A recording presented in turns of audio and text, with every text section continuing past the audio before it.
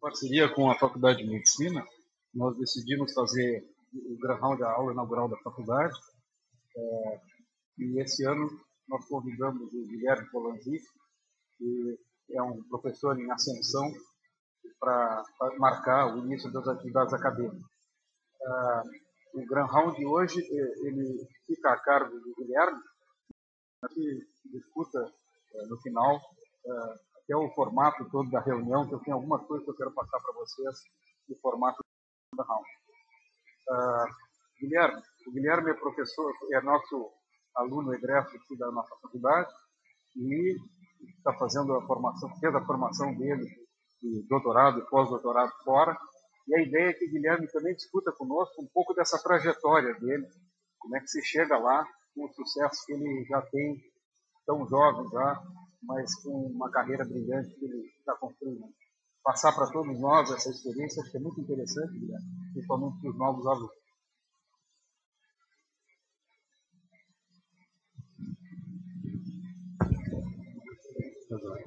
Legal. Bom dia. Em primeiro lugar, gostaria de agradecer ao NASE, à Nadine, a vice-presidência médica, aos meus antigos professores pelo honroso convite, pela oportunidade de falar aos novos acadêmicos da Faculdade de Medicina da URGS. A eles, aos novos acadêmicos, quem são eles? Poderiam levantar as mãos? Os calouros? Não temos calouros? Eles devem estar chegando. A frase seguinte era dirigida a eles? Então, não sei se faz sentido eu dizê-la, mas faz sentido. Então, a eles, eu gostaria de dizer bem-vindos, né? Apesar de eu não fazer parte dessa instituição nesse momento, eu me sinto como. Gostaria também de parabenizar pela escolha da medicina como profissão e pela conquista que é ingressar nessa faculdade. A gente sabe que é a primeira de uma série de dificuldades e então oportunidades de conquistas ao longo da carreira. E nessa aula eu vou abordar como genes e o ambiente aumentam o risco dos transtornos mentais e as implicações do conhecimento quando nós desenhamos, quando nós pensamos em estratégias de tratamento e de prevenção.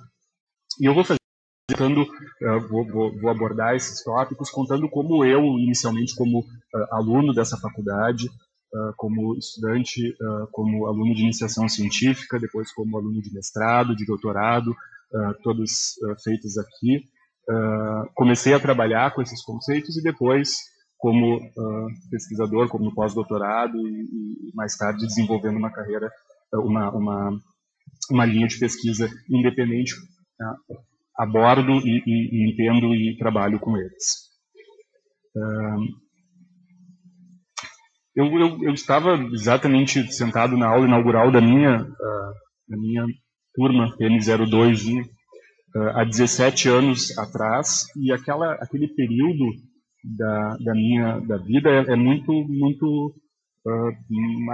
presente ainda na minha memória. Esse é o atual Instituto de Biociências, e na época a Faculdade de Medicina, e era lá que nós tínhamos todas as aulas iniciais e passávamos a maior parte do tempo, seja no Centro Acadêmico Sarmento Leite, embaixo de uma escadaria, e um lugar meio escuro, assim, várias coisas aconteciam, e um bar, uma área extensa onde a gente passava boa parte do tempo jogando sinuca. Vários de vocês têm certeza que se tornaram campeões de sinuca ali naquele período. Eu me lembro muito bem dos meus trotes, das primeiras festas, quando nós estávamos nos conhecendo, e essas memórias são realmente muito vivas. Eu tenho certeza que todos aqueles que já passaram alguns anos da época de calouro têm essas memórias também muito vivas. Por exemplo, eu me lembro claramente de um colega nosso, nós tivemos uma festa de final de ano. Antes, numa quinta-feira, nós tínhamos aula de promoção e proteção da saúde da mulher, nas sextas-feiras de manhã, no 11º andar, no primeiro semestre aqui do Hospital de Clínicas. No primeiro semestre era a única aula que nós tínhamos aqui dentro do hospital. E os meus colegas de ATM que aqui estão presentes vão se lembrar dessa festa e como depois de não ter dormido à noite nós viemos para essa aula e esse nosso colega veio vestido de Papai Noel. E ele assistiu toda a aula vestido de Papai Noel e andava pelo hospital vestido de Papai Noel. Tem várias histórias como essas, todos vocês certamente têm histórias muito engraçadas como essas, outras mais tristes, porque a faculdade de medicina, pelo menos nos primeiros, no período em que ela acontece, nos primeiros 6 anos, é o palco da nossa vida, né? É aqui que acontecem grandes paixões, amizades, tristezas, alegrias. Eu fiquei aqui dentro 12 anos, né? Depois dos 6 anos da faculdade, outros 2. Casei com uma colega de turma, os meus melhores amigos são meus colegas de turma, e a profissão se tornou algo extremamente importante na minha vida. É uma das grandes diversões da minha vida. E algumas pessoas dizem que isso é vocação, outras pessoas dizem que isso é não colocar os limites entre a vida pessoal e a vida profissional, outras dizem que é vício. Eu acho que é paixão. Eu particularmente acredito que isso seja paixão. Pode ser paixão por outras profissões, eu não acho que a gente é destinado a apenas uma profissão, mas felizmente a gente se apaixona por uma e eu entendo e eu acredito que eu me apaixonei pela medicina e especificamente pela área na qual eu trabalho. E o fato dessas experiências serem tão marcadas assim na minha memória é algo que acontece no desenvolvimento humano. Nos momentos iniciais do desenvolvimento, as experiências ambientais, as experiências tanto positivas quanto negativas, elas têm um poder de deixar marcado na memória e um poder de efeito sobre o desenvolvimento muito grande, que em outros momentos não tem. Eu me lembro muito menos, por exemplo, das aulas do 5º, 6º ano do que das aulas do 1º ano. E assim, no desenvolvimento humano, os primeiros 3 anos de vida é um período fundamental e onde situações positivas e negativas podem deixar marcas grandes ao longo da vida. Foi comigo assim na faculdade. No 2º semestre, nós tínhamos uma disciplina de desenvolvimento da criança e do adolescente. Hoje, eu acredito que essa disciplina esteja dentro da disciplina de psicologia médica, era uma disciplina do departamento de psiquiatria. E, ao mesmo tempo, no 2º semestre, nós tínhamos a promoção e proteção da criança e do adolescente, nós tínhamos essa aula dentro de uma creche. Uma das tarefas da disciplina era acompanhar uma criança, visitar uma família e acompanhar essa criança ao longo de um tempo. E essa foi uma experiência que me marcou bastante. Era uma situação de uma negligência. E naquele caso individual eu comecei a ter uma noção, um pouquinho de noção do efeito das experiências ambientais sobre o desenvolvimento humano. E nessa mesma disciplina, em DCA, eu tive aula com esse professor, que muitos de vocês conhecem, o Dr. Salvador Célia, que foi um dos pioneiros da psiquiatria da infância e adolescência no nosso país, no nosso estado, no nosso país, e falecido em 2009. E eu nunca havia ouvido falar sobre ele, mas depois daquela aula, eu me lembro claramente da aula, eu não esqueci mais. E naquela aula, ele abordou um conceito que eu também nunca tinha ouvido falar, mas que também ficou marcado ao longo da minha vida, o conceito de resiliência. Ele tinha uma bolinha de borracha verde, alguns de vocês estavam lá naquele momento, e ele explicou que resiliência era um da física e que a psiquiatria da infância e adolescência tinha emprestado para poder entender por que algumas crianças expostas a situações de abuso, a situações de maus tratos, a eventos estressores graves, se acomodavam frente àquele evento e, uma vez cessando, voltavam a funcionar normalmente, sem transtornos mentais ou sem desvios maiores do desenvolvimento. O conceito de resiliência é esse, né, que se refere à propriedade presente em alguns materiais de acumular energia quando submetidos a uma força externa, sem ocorrer ruptura e retornar ao estado anterior. Eu fiquei muito interessado sobre isso, e naquela mesma época iniciação científica era alguma coisa que eu já tinha ouvido falar e que eu entendia como algo muito importante, como algo muito valorizado dentro da nossa faculdade, e eu me interessei então em fazer iniciação científica. Eu comecei na bioquímica e a ideia de modelo, em geral o pessoal começava com a bioquímica, mas a ideia de trabalhar com modelos animais realmente não me animava muito. E então eu procurei a professora Olga Falseto, que naquela época era minha professora de BCA, e ela estava desenvolvendo a tese de doutorado dela sobre amamentação, orientada pela professora Elza Giuliani. E eu iniciei então a iniciação científica com a Olga. O meu trabalho era ir até uma região muito pobre da cidade, identificar crianças recém-nascidas. Uma vez identificando as nascidas, eu levava até essas casas entrevistadores, que eram terapeutas, que eram psicólogos, psiquiatras, e o objetivo era entender como as relações familiares, como a amamentação, como a psicopatologia dos pais, eventualmente poderia influenciar a amamentação, entendendo como a amamentação algo bastante importante para o desenvolvimento da criança.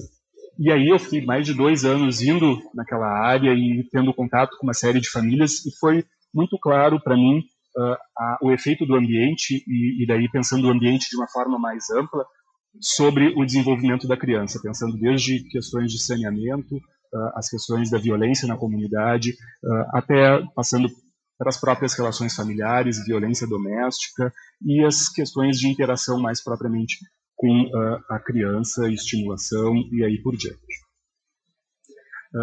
Nessa época, eu estudando bastante, os transtornos mentais em crianças começaram a ficar muito mais conhecidos e chamar mais atenção, e realmente começou a me interessar muito transtornos mentais em crianças. E nessa época, a gente está falando aí de 1998, 99, o papel da genética, o estudo da genética vinha ganhando muita atenção. O projeto Genoma Humano estava acontecendo e se tinha muita expectativa de que com os resultados do projeto Genoma Humano nós pudéssemos entender, conhecer genes para os transtornos mentais. Então essa balança, que historicamente houve uma visão mais dicotomizada, se seria mentais ou questões genéticas, biológicas que desenvolveriam ou os transtornos mentais, apesar de já se saber que não era possivelmente nenhum de outro, mas nessa época a balança estava pesando muito mais para as questões genéticas. Essas são 2 capas, e de várias, eu encontrei várias capas da Science de 1997 abordando e falando sobre as questões genéticas.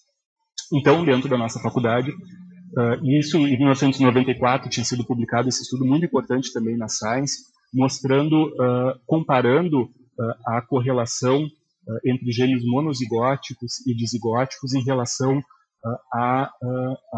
aos transtornos mentais. Quando nós comparamos genes monozigóticos, que compartilham 100% do material genético, em relação à concordância dessas duplas de genes a um desenvolvimento a um determinado traço. Quando nós comparamos essas duplas com duplas de gêmeos dizigóticos e vemos, por exemplo, que a concordância entre gêmeos monozigóticos é muito maior em relação a um determinado traço do que em relação a gêmeos dizigóticos, esse é um indício de que existem fatores genéticos aí atuando. Esse estudo foi bem importante. À esquerda são diversas condições psiquiátricas. Vocês não querem sentar mais para frente? Vocês, afinal, a aula é para vocês. Então, vocês, por favor, desçam.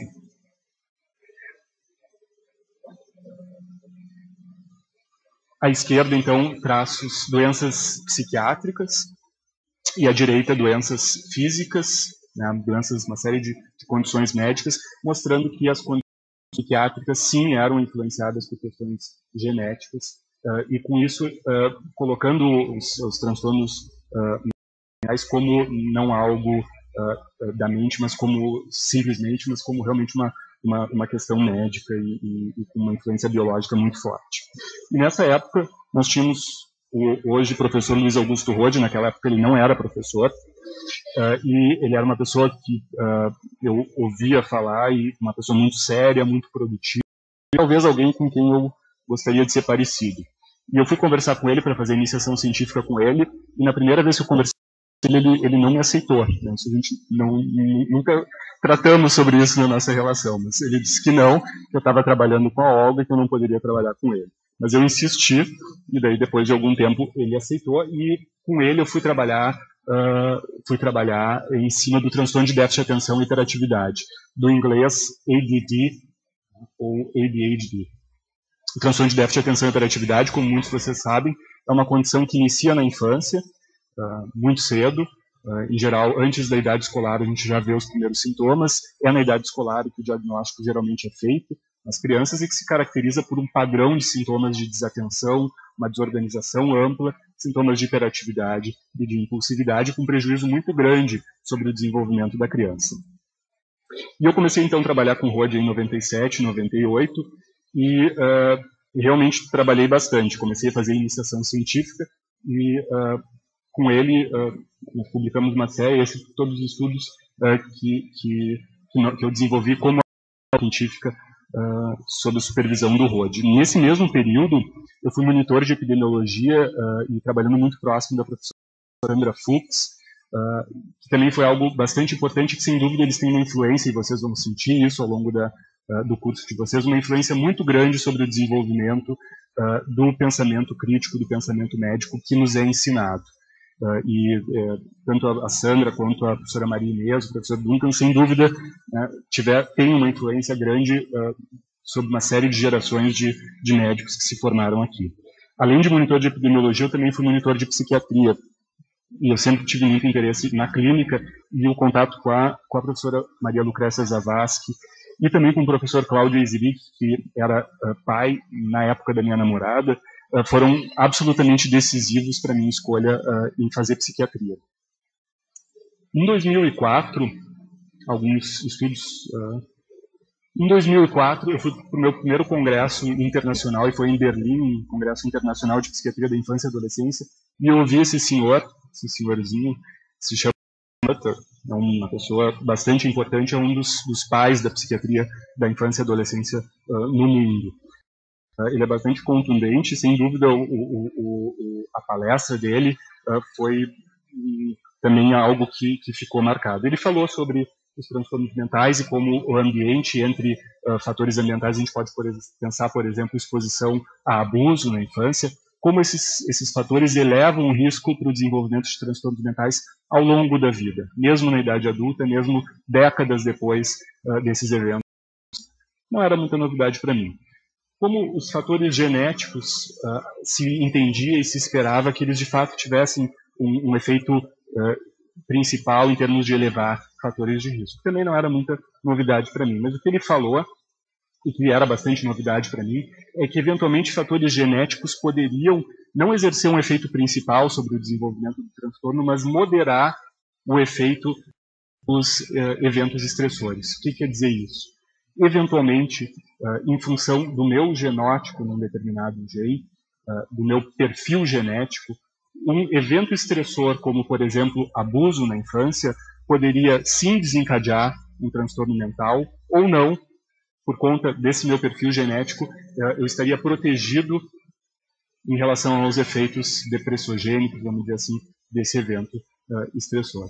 Isso, para mim, foi muito interessante, e mais ainda que, eventualmente, os fatores de risco genéticos poderiam fazer com que aumentar a minha chance de eu me expor a um evento estressor e daí sim desenvolver um transtorno mental.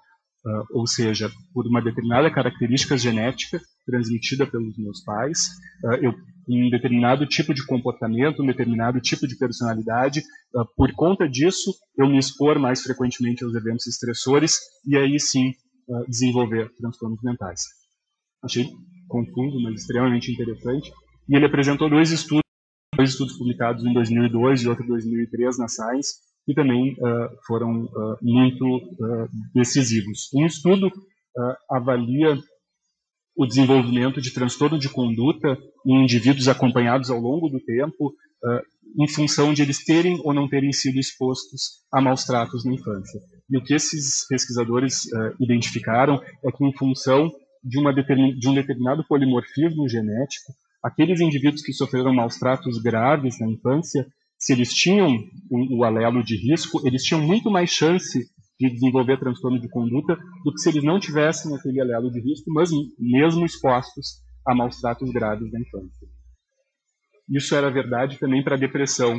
Nesse mesmo estudo, acompanhando indivíduos ao longo do tempo, ele mostrou que aqueles indivíduos que foram expostos a eventos estressores, e aqui 3, 4 ou mais eventos estressores ao longo da vida, eles tinham mais chance de desenvolver depressão se eles tivessem esse determinado genótipo em gene lá, que é transportador de serotonina. Quando comparados a outros indivíduos também expostos ao mesmo grau de eventos estressores, mas sem o genótipo de risco.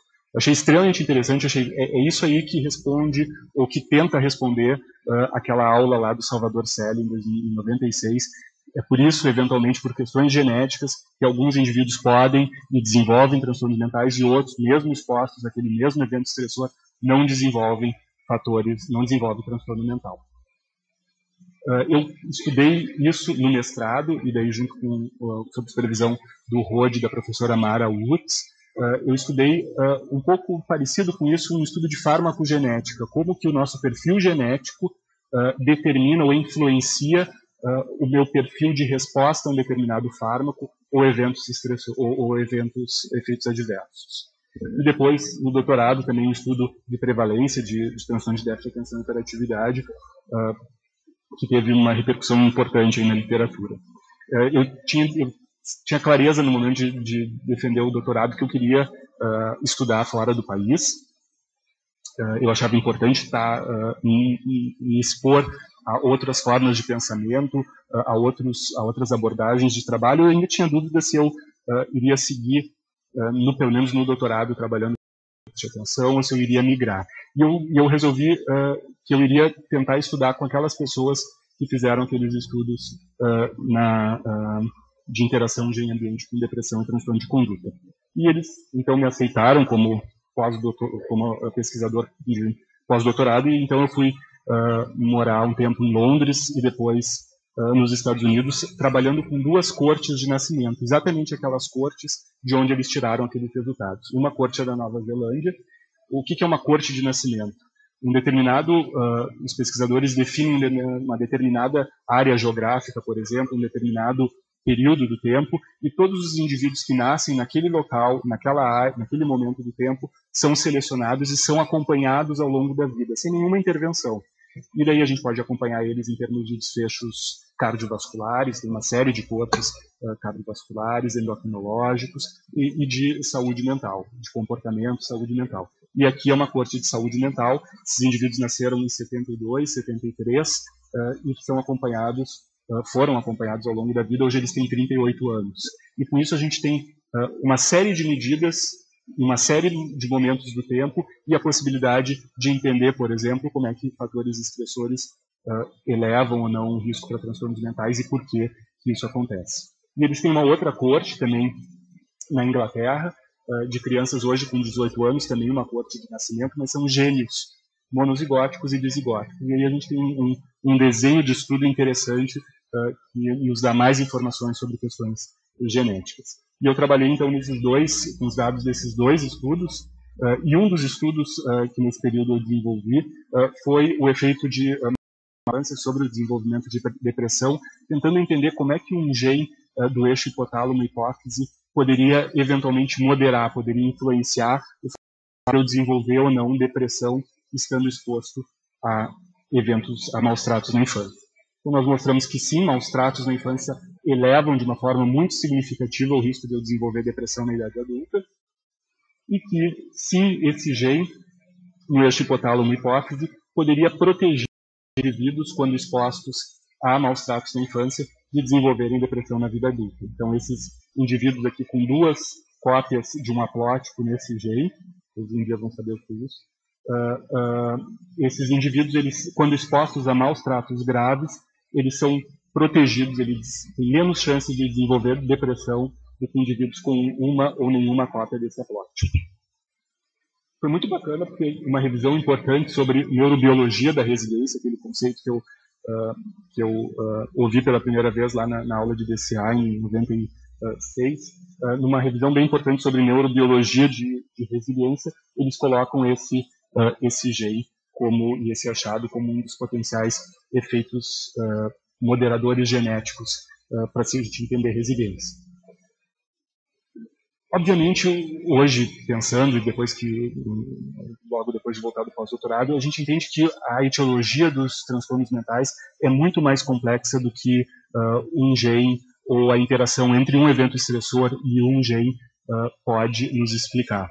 A gente entende que existem fatores ambientais que ocorrem no período intrauterino, e aí a gente vai pensar nas exposições a que a mãe sofre, e o efeito sobre isso em termos de micronutrientes, hormônios, oxigênios, para o desenvolvimento do cérebro do feto que está acontecendo de uma forma muito acelerada nesse período gestacional. E, obviamente, fatores genéticos que orquestram todo o desenvolvimento do cérebro também exercem um efeito aqui, no período fetal, mas também exercem um efeito no período pós-natal, durante o desenvolvimento. Determinados genes são expressos em momentos posteriores do desenvolvimento e, a partir daí, tem um papel no desenvolvimento dos transtornos mentais, assim como uma interação, como eu comentei antes, em relação aos eventos estressores ambientais, moderando o efeito deles. Enfim, é muito complexo e a gente tem cada vez mais estudos sobre isso, mas os estudos eles nos explicam muito pouco.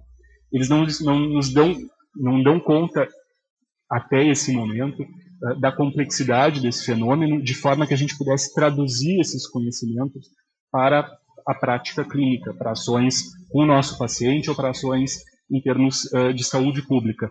E nós, como clínicos, como médicos, nós temos um compromisso com a população. Aqui são a contribuição das doenças não comunicáveis, das doenças crônicas, em relação à carga, o encargo, o ônus que as doenças têm na população em 2005. E aqui a gente vê que as doenças neuropsiquiátricas explicam 28% desse encargo. É algo bastante significativo em termos de saúde pública.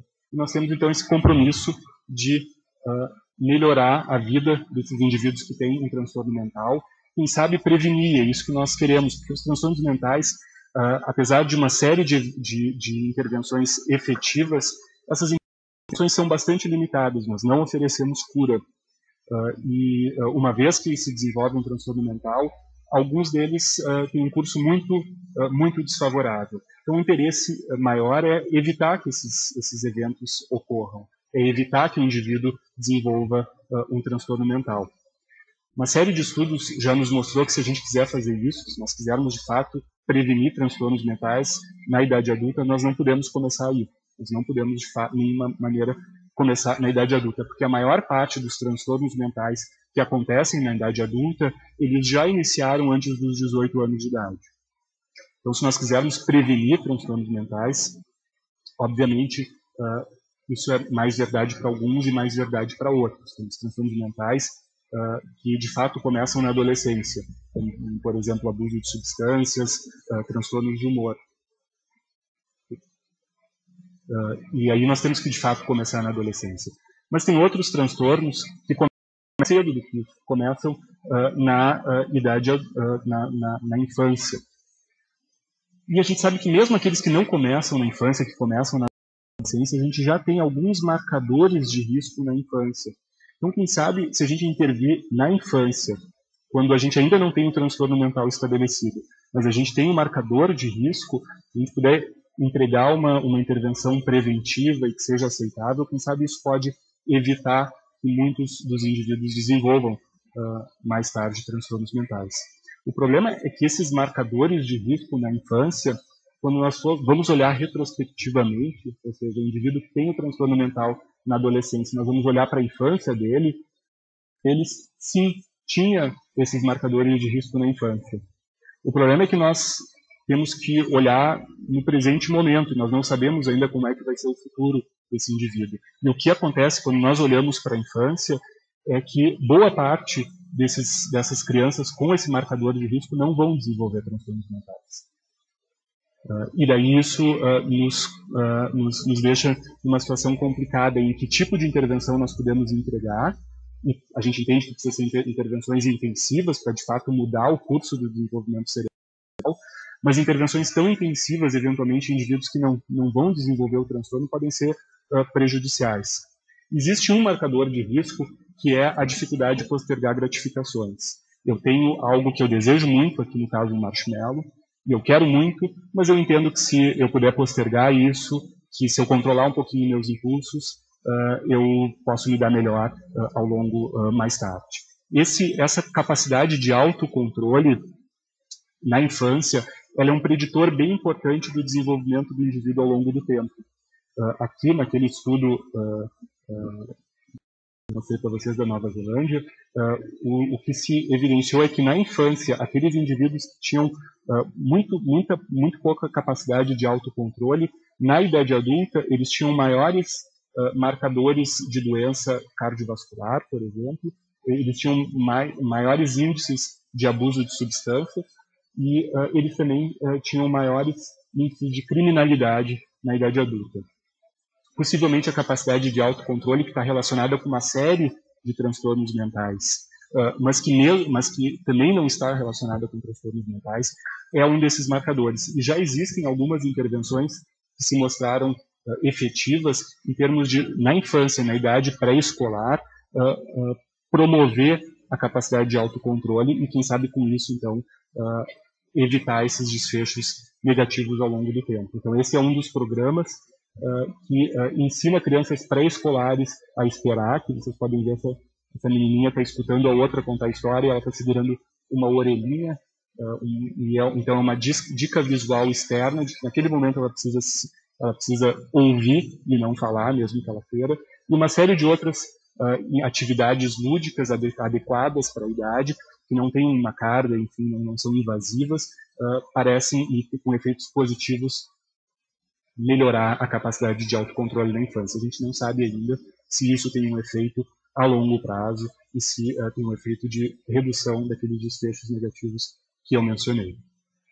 Mas vocês poderiam argumentar o seguinte: bom, mas baseado no que tu acabou de falar, as coisas começam muito mais cedo.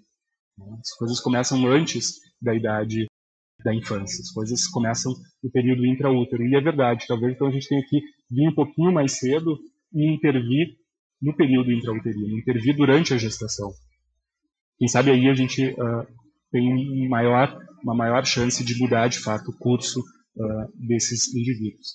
E existe um programa de enfermeiras que intervém nas gestantes durante o período gestacional e nos primeiros 2 anos de vida, focado em mães de baixa renda, com métodos muito estruturados, com métodos objetivos, com objetivos bem definidos, e esses objetivos melhorar os desfechos da gestação, melhorar a saúde e o desenvolvimento da criança, e melhorar a autossuficiência econômica dos pais. Nós temos já alguns estudos, ensaios bem conduzidos, que mostram que essa intervenção melhora, de fato, a saúde pré-natal da mulher, reduz acidentes nas crianças, existem menos gestações subsequentes, maior intervalo entre as gestações, uma redução de desemprego, de auxílios do governo, melhora da prontidão escolar naquelas mulheres com mais baixa renda e aqueles com maior risco têm os maiores efeitos. Isso traduzindo, acompanhando essas crianças que foram seguidas em desfechos para as crianças, para os adolescentes. Esse é um dos desfechos positivos que mostra que naquelas famílias que tiveram acompanhamento durante a gestação e no primeiro ano de vida, em comparação com aquelas famílias que tiveram acompanhamento só na gestação e com os controles sem o acompanhamento, existe uma redução das taxas de abuso na infância. Entendendo que abuso na infância é um fator preditor importante para transtornos mentais na idade adulta. Esses 2 estudos são alguns dos estudos que a gente vem iniciando a desenvolver no contexto de um núcleo de pesquisa financiada pela USP, focada especificamente nos primeiros anos de vida e com intervenções nesses primeiros anos de vida, seja intervenções nas gestantes, seja intervenções na idade pré-escolar, em ambientes na própria escola, promovendo, nesse caso, a capacidade de autorregulação, o controle inibitório e outras intervenções já com crianças com transtornos mentais e testando, então, quais as intervenções mais efetivas. Também no contexto desse outro programa de pesquisa, o professor Rode é um dos coordenadores, o Giovanni, que vocês vão ter a oportunidade de conhecer também, trabalha ativamente um programa que une uma série de grupos de pesquisa em psiquiatria da infância e adolescência ao redor em todo o país, e com colaborações internacionais, com uma série de projetos, um deles acompanhando um número grande de crianças escolares ao longo do tempo, para entender quais são aqueles fatores de risco que eu mencionei antes para vocês, que de fato são marcadores para transtornos mentais mais lá na frente, que quem sabe então, conhecendo melhor esses fatores de risco, a gente vai poder atuar sobre eles e prevenir. Um outro estudo em que esse é um estudo também observacional, em que numa região pobre da cidade de São Paulo, que é coberta por unidades básicas de saúde que estão sob o gerenciamento da Faculdade de Medicina, nós estamos selecionamos já 938 gestantes entre 26 e 34 semanas, e estamos acompanhando ao longo dos primeiros 3 anos de vida essas crianças, e com avaliações bastante seguidas e próximas umas das outras, de forma que, finalizadas essas avaliações, a gente vai poder ter um retrato de como é que o desenvolvimento da criança nesses primeiros 3 anos se dá, e com o objetivo também de poder identificar os mecanismos, os processos etiológicos de transtornos mentais ou aqueles relacionados à saúde mental, ao desenvolvimento saudável, e que a gente precisa, por isso, promover mais ainda. Nesse sentido, eu entendo que nós precisamos mesmo não conhecendo completamente os fatores etiológicos, os mecanismos etiológicos por trás dos transtornos mentais, mesmo sem conhecer completamente, nós precisamos já intervir. Na história da medicina, a gente tem uma série de exemplos que não se conhecia de fato o agente que causava a doença, mas por entender um pouco como é que o processo se dava, e aí os dados epidemiológicos eram muito valiosos, já se implementavam intervenções preventivas e que se tornaram eficazes. Então a história na medicina nos diz que a gente precisa, e a responsabilidade que nós temos com a população, que nós precisamos sim, ao mesmo tempo que tentamos entender os mecanismos etiológicos, implementar e desenhar intervenções preventivas que vão, num ciclo virtuoso, vão também nos informar um pouco mais sobre o fenômeno, e quem sabe a própria intervenção vai nos dizer como fazê-la melhor. E por conta da complexidade desses mecanismos etiológicos, a gente não espera que intervindo em um único fator, a gente vai poder, de fato, prevenir transtornos mentais. A gente entende que existe uma cadeia grande etiológica que, quem sabe, a gente precisa intervir em diferentes níveis. Em níveis sociais e econômicos, que sim, têm uma influência grande sobre transtornos mentais. Os fatores mediadores, e aí o desenvolvimento pré-natal, cuidado parental, estimulação cognitiva e outros fatores, e quem sabe então também no desenvolvimento cerebral, e com isso prevenindo os transtornos mentais. Tudo isso, vocês que estão iniciando agora a faculdade, vocês podem perguntar, mas tudo bem, para que tudo isso? A gente sempre precisa lembrar que o desenvolvimento do conhecimento médico, do conhecimento científico, que pode se traduzir em intervenções preventivas em saúde mental, mas que pode se traduzir em qualquer outra área da medicina, ele permite evitar ou aliviar o sofrimento individual, garantir uma vida produtiva, com qualidade, promover a saúde da população e, com isso, quem sabe, promover o desenvolvimento da nação. E para que a gente, de fato, consiga, que o nosso trabalho, de fato, consiga contribuir com esses objetivos que são ambiciosos, mas que são absolutamente possíveis, eu acredito que cada um de nós, para que de fato contribua, nós precisamos de fato nos apaixonar por aquilo que a gente faz, nos acreditar naquilo e de fato se apaixonar e viver e trabalhar intensamente para isso. A medicina, a profissão que vocês escolheram, é, sem dúvida nenhuma, uma profissão fascinante, tanto pelos conhecimentos teóricos, que são fascinantes, quanto pela prática da medicina, que também é fascinante, e vocês vão descobrir isso logo, logo. E o que eu posso desejar para vocês é que vocês se apaixonem, então, pela medicina, que vocês se envolvam intensamente com a medicina, com os colegas de vocês, com os pacientes, com os professores, vocês se envolvam com o conhecimento que está à frente de vocês, conhecimento tanto que vocês vão aprender, quanto o conhecimento que vocês vão desenvolver.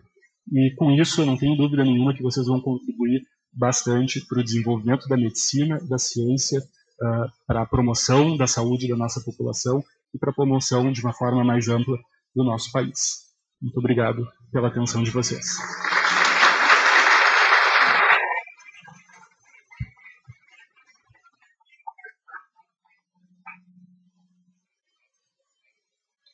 Queria convidar o Guilherme, queria convidar o professor Mauro Chapelevski, o professor Geraldo, a professora Nadine, para fazer parte da mesa, para a gente discutir um pouquinho o tema.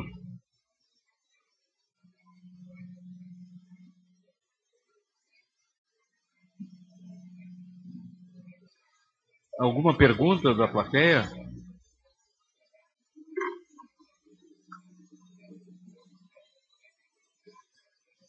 Eu queria fazer uma pergunta para o Guilherme. Quanto tempo, Guilherme, como o tempo é fundamental na nossa vida hoje, é tão escasso, quanto tempo a gente leva para ter essa formação que tivesse, chegar até pós-doutorado? Sinceramente, eu acredito que a nossa formação não termina, seja na residência, seja na faculdade, seja na residência, no pós-doutorado. Eu acho que à medida que a gente de fato estuda, que a gente de fato se envolve com o que a gente está estudando, a gente identifica cada vez mais uma série de coisas que a gente não sabe. Então, eu sempre ouvi os meus professores dizerem isso, que eles sabiam cada vez menos, e eu achava que isso era eles estavam sendo, enfim, estavam tentando dizer que eles, na verdade, eles sabiam muito. Mas eu acho que é verdade. Se de fato a gente se envolve com um tema e estuda o tema, eu não acho que a gente esteja pronto em determinado momento no sentido de saber tudo. A gente pode estar pronto para desenvolver pesquisas, para poder tentar transmitir o que a gente aprendeu, mas saber exatamente tudo, felizmente, a gente não sabe. Eu acho que tudo na vida no seu tempo demora. Eu acho que é fazer um registro aqui para os alunos que a gente, nessa atividade de aula inaugural, a gente já teve vários formatos e vários momentos dessa atividade. E agora nós, junto com o hospital, estabelecemos a ideia, Guilherme, de trazer para os alunos, no início das suas atividades aqui na faculdade, alguns ex-alunos da instituição que hoje ocupam posições significativas no cenário da pesquisa, do ensino e tal do país, mostrando a sua trajetória e todas as suas contribuições, assim por diante, né? E ao varrer assim, a produção científica, ao varrer toda uma série de contribuições, é que a gente chegou na tua pessoa, né? Quer dizer, fosse escolhido exatamente por essa trajetória. E é muito reconfortante assim, ver hoje um ex-aluno da instituição que entrou aqui, como essa turma que está começando, né? Hoje tem uma posição acadêmica de destaque, de reconhecimento internacional e tal, pelo seu trabalho, e tem uma visão bastante clara assim, da formação, dos recursos humanos e assim por diante, né? Essa turma que ingressa agora na faculdade é uma turma extremamente qualificada, extremamente diferenciada aqui nesse ambiente. E uma brincadeira que eu fiz para eles era exatamente essa: vocês vão acabar se conhecendo. A turma é extremamente heterogênea, tem gente de Brasília, Rio de Janeiro, Paraná, Santa Catarina, pessoas aqui do interior do Rio Grande do Sul, né? E as pessoas vão encontrar, às vezes, as suas esposas, o seu caminho, né? E vão construir uma vida não necessariamente aqui, mas vão chegar muito longe como chegasse. E, nesse mesmo sentido, também continua ligado à casa, contribuindo, assim por diante. Então, em nome da faculdade, eu queria fazer um agradecimento pela possibilidade de ter aceitado o convite e de trazer esse depoimento para nós aqui, né? Hoje, tu és um professor da a universidade mais importante do país. E isso é chamado produto final da Faculdade de Medicina. Então, isso é muito importante para nós todos, como comunidade acadêmica, isso é importante. E eu queria te perguntar objetivamente como é que tu chegasse na Faculdade de Medicina da USP? Porque a Faculdade de Medicina da USP, tradicionalmente, é dito, né? E tem dificuldade de receber pessoas de fora, etc. Ainda mais na posição acadêmica, né? E hoje tu és professor. Como é que tu chegaste lá? Bastidores?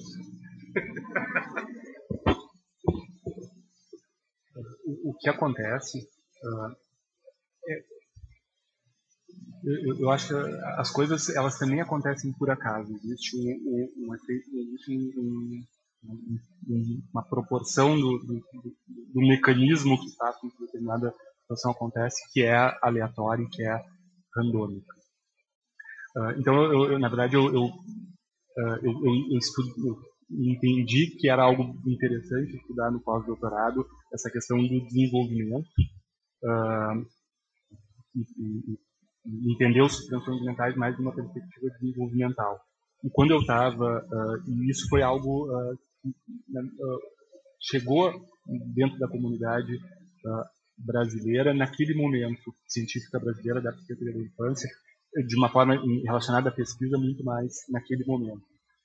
E daí com o financiamento de um projeto grande, o INCT, se abriu essa oportunidade lá dentro da Faculdade de Medicina da USP de desenvolver essa linha de pesquisa que ainda é muito incipiente no nosso país. Como é em todo mundo, a psiquiatria da infância e adolescência ainda é uma área mais incipiente. Então, eu entendo que uma série de situações aí ocorreram e enfim, a oportunidade surgiu. A Faculdade de Medicina da USP, a gente tem essa visão de algo fechado, mas cada vez mais, não só ela, mas todas as outras nossas universidades e a Faculdade de Medicina aqui também, é uma instituição que privilegia o mérito, que privilegia a produção, que privilegia a contribuição que determinado indivíduo tem. Então, por conta disso, eu acabei ingressando.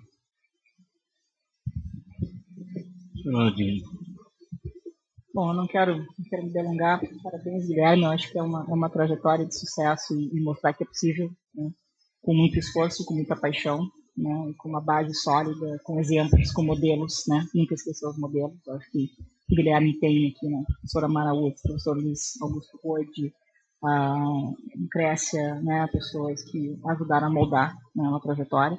E vocês que estão entrando hoje, vocês vão encontrar vários modelos no caminho, né, na faculdade, nesse circuito aqui, hospital, faculdade, durante tantos anos. Eu espero que vocês consigam ter essa trajetória do Guilherme. Não é para muitos, mas existe, é possível, e a gente vai querer, em parceria, promover para vocês as melhores condições. Então, Guilherme, obrigada pelo exemplo magnífico de uma trajetória.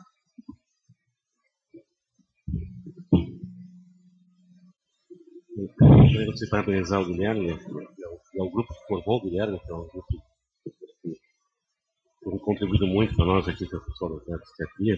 Mas o Guilherme parece que ele foi muito feliz na condução do início da palestra dele, no qual ele mostrou o início do curso, como ele teve assim, o intuito de encontrar o que ele gostaria de estudar e gostaria de fazer de pesquisa. Acho que a questão de a gente não dar bola às vezes e critica muito as disciplinas iniciais do curso, são às vezes meio chatas até, mas a gente consegue ter dentro dessas disciplinas iniciais, às vezes uma situação que vai nos dar um alerta, assim, olha, esse aqui é o assunto que eu realmente eu talvez goste. E a partir daí conseguir desenvolver toda uma linha de pensamento através de uma aula do DPS. Quer dizer, que muitas vezes são disciplinas criticadas, né, que não contribuem para a formação dos nossos alunos.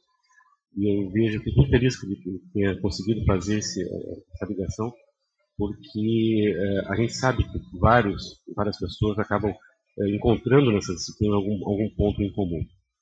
E certamente o Guilherme ele é uma pessoa que teve muita sorte, mas cada vez que eu vejo uma pessoa dizendo que tem sorte, eu vejo que as pessoas que estudam mais e se dedicam mais têm cada vez mais sorte. E acho que isso é realmente muito importante para ele, a dedicação e o estudo que ele fez. Eu tenho uma pergunta final só, que nós temos procurado estimular muito os alunos de ir para fora.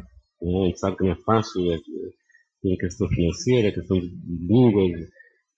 O que tu poderia dizer para os nossos alunos que estão iniciando o curso? O que eles têm que fazer para fazer uma formação fora eventual?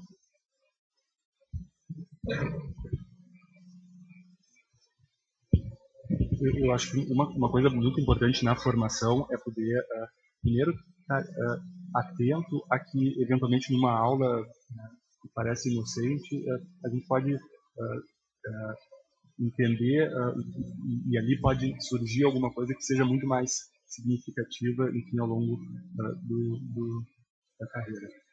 E com isso está exposto a diversas situações, a diversos professores, a diversas formas de pensamento. Eu acho que por muito tempo no nosso país se precisava ir para fora porque a massa crítica de dentro do país ainda era muito limitada. E eu entendo que hoje nós de fato temos uma massa crítica muito melhor do que se tinha alguns anos atrás e que eventualmente não é necessário para uma formação produtiva ir para fora do país. Eu acho que a gente precisa estar olhando para fora, no sentido de olhando para as coisas, para as experiências, para as situações corriqueiras do nosso, onde nós estamos e de fato prestando atenção nelas, mas não necessariamente ir para fora. Ir para fora, na minha trajetória, aí teve toda uma questão, não só enfim, de ter novos conhecimentos, mas para mim foi importante na minha vida de uma forma mais ampla estar fora do país. Eu durante muito tempo trabalhei e trabalho com o Rode, desde o início da faculdade, e todos eles sabem enfim, de como ele é suficiente em muitas situações. Então, eu achei que seria importante, naquele momento, estar fora, e isso foi muito bacana, porque dentro de um grupo de pesquisa, eu acho que isso é uma outra questão muito importante no desenvolvimento de um pesquisador. Eu não acho que ninguém se desenvolve sozinho. Então, toda a trajetória que a gente que se tem é em função de um grupo de pessoas onde a gente está inserido. E nessa ida, o Rode sempre foi extremamente, deu muito apoio, e eu acho que o reflexo de todo esse tempo de nurture, como do inglês, enfim, não só do Rode, mas de todos os outros professores que eu tive aqui dentro, que vocês podem sentir como eles, enfim, ficam felizes por ver um aluno fora. E isso eu acho que é o reflexo de todo um ambiente de cuidado e um ambiente em que as pessoas de fato estão ali para ajudar o outro a se desenvolver. Então, isso eu tive no Rode, eu tive na Lucrécia, estou olhando para a Ana Margarete aqui, o Cláudio, todos os meus professores do departamento de psiquiatria, porque eu sou psiquiatra, foram bem importantes, mas outros professores que sem dúvida vocês vão encontrar no meio do caminho. Esse ambiente, de fato, eu acredito que seja significativo e que seja decisivo para uma carreira que a gente pode pensar que está encontrando aí seus objetivos. Nós estamos quase chegando no final, já estamos próximo da 1 hora. Queria agradecer mais uma vez ao Guilherme, parabenizá-lo. E o Grand Round de hoje procura trazer um pouco dessa intersecção hospital, essa aproximação do hospital com a Faculdade de Medicina. E a gente está trabalhando para isso, a gente tem alguns colaboradores já da faculdade para nos dar temas para o Grand Round. E a gente pretende que isso ocorra ao longo do ano mais vezes.